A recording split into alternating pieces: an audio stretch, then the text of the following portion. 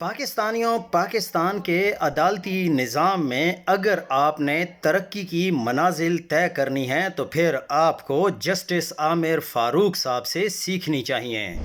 Justice عامر فاروق 10 فروری supreme court کے جج بنے، 21 نمبر پر تھے، پھر 10 مہینے بعد 15 نومبر کو ملک کی سب سے بڑی عدالت وفاقی آئینی عدالت کے جج بن گئے۔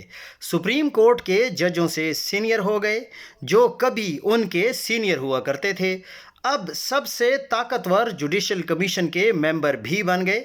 جسٹس عامر نے ہی 3 ججز کی ٹرانسفر میں چٹ پٹ معاملات آگے بڑھائے تھے، کیونکہ ان کے جج سپریم کورٹ کی نامزدگی 26 نومبر کو ہو چکی تھی، 10 فروری اجلاس طلب کیا جا چکا تھا، 28 جنوری سے 3 ٹرانسفر ججز کا پروسیس شروع ہوا۔ 3 فروری کو جسٹس عامر فاروق نے تینوں ججز کی سینیورٹی کا تعین بغیر کسی قانونی دلیل کے بھارت کی مثالیں دے کر دیا۔ ہائی کورٹ میں پہلے سے موجود ججز کی ریپرزنٹیشن مسترد کر دی تھی۔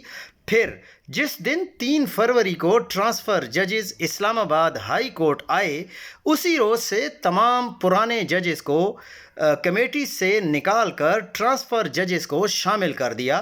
یہ سب کرنے کے 10 فروری کو سپریم کورٹ چلے گئے۔ پھر اب کہاں ہیں، خود دیکھ لیں۔